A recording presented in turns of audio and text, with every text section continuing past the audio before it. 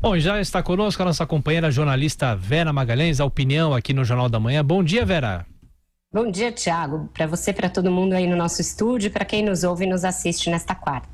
Vera, falando sobre o Supremo, por hora o STF agiu e conseguiu evitar a CPI da Lava Toga. O ministro Dias Toffoli esteve com Onyx Lorenzoni e fala impacto em prol do país. E a grande pergunta é, será que é possível confiar nessa harmonia entre os poderes? É muito cedo para atestar que ela vai funcionar de fato, Thiago. Ela é, por hora, uma tentativa, mais uma disposição de motivos do que algo concreto, algo real. Por quê? Porque a gente tem assistido aí ao longo dos últimos anos vários embates, ora entre o Executivo e o Judiciário, ora entre o Judiciário e o Legislativo, sem que a gente tenha elementos concretos para achar que esse tempo está de fato superado, né? Teve um episódio muito recente, que foi a liminar que o próprio Dias Toffoli concedeu, melando a ideia de voto aberto na eleição para a presidência do Senado.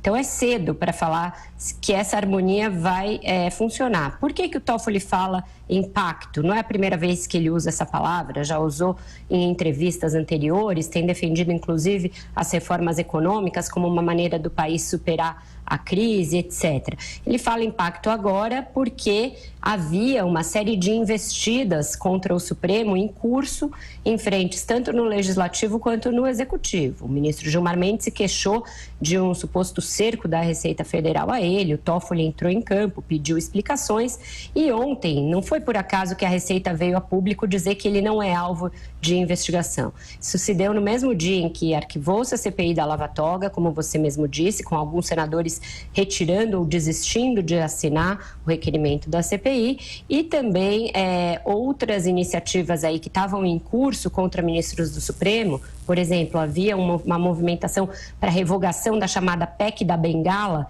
que prorroga o prazo limite para aposentadorias de ministros e de outros juízes. Isso aí também foi um pouco debelado nessa tentativa de se criar uma harmonia entre os poderes. Isso interessa ao governo por quê? Pela votação da reforma da Previdência, que é um assunto quase monotemático nosso aqui, mas que isso se deve à sua importância real.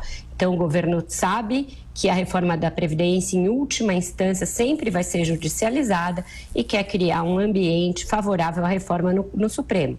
Então, o almoço entre o Dias Toffoli e o Onyx Lorenzoni teve esse viés de tentar aplacar essas iniciativas contra o Judiciário em várias frentes e, em troca, o Supremo se mostrar como um ambiente favorável às reformas para evitar a judicialização futura. No que isso esbarra? E por que eu digo que esse equilíbrio é precário e que a gente não tem certeza se o tal pacto vai dar certo? Em outros agentes, por exemplo, o Ministério Público. O Ministério Público, se não entrar no pacto, tranquilamente vai judicializar a reforma da Previdência, seja porque vai atender a interesses difusos aí das corporações, seja em interesse próprio. Os procuradores não querem perder privilégios, a gente viu isso nesse motim contra a Procuradora-Geral da República, Raquel Dodges. Os procuradores simplesmente cruzaram os braços como uma reação a cortes em benefícios como o auxílio moradia. Então, não vai ser fácil que essas corporações aceitem perder também o que eles consideram ser prerrogativas numa reforma da Previdência. Então, esse equilíbrio é sempre precário, é sempre frágil e vai ser testado caso a caso. E você falou em teste, hoje já tem um teste para essa harmonia. O Pleno do Supremo discute duas ações que tratam sobre a criminalização da homofobia. E é verdade, Vera, que tem gente de cabelo em pé com essa situação? Tem sim, Thiago. A bancada evangélica está de cabelo em pé com essa discussão, porque acha que é mais uma intervenção do judiciário em assuntos que são eminentemente do legislativo. Essa ideia de criminalização da homofobia teve muito presente na campanha eleitoral. Jair Bolsonaro se referiu a isso várias vezes. Os líderes evangélicos têm uma postura muito firme de que essa ideia de criminalizar a homofobia interfere na liberdade de culto, na liberdade religiosa, e o Supremo hoje julga duas ações, uma do PPS e uma de uma entidade ligada à causa LGBT, que discutem formas de criminalizar isso. Se o Supremo julgar, por exemplo, favoravelmente a uma dessas ações que praticamente compele o Congresso a votar de uma vez essa ideia, os deputados e senadores vão se sentir, sim, bastante invadidos. Tem outra frente em que essa pauta dos costumes pode impactar as relações entre os poderes. O Senado desarquivou a chamada PEC da vida, que torna crime o aborto em qualquer circunstância.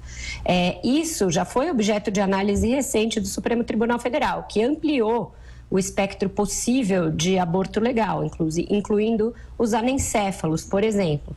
Então, você veja que, por mais que se fale em harmonia entre os poderes, tem muitos casos concretos da vida real que opõem um ou mais poderes, e aí o teste é quase diário. Hoje vai ter um. E a gente vai acompanhar. Vera Magalhães, bom dia de trabalho para você. Até mais tarde. Um ótimo trabalho para vocês, Thiago.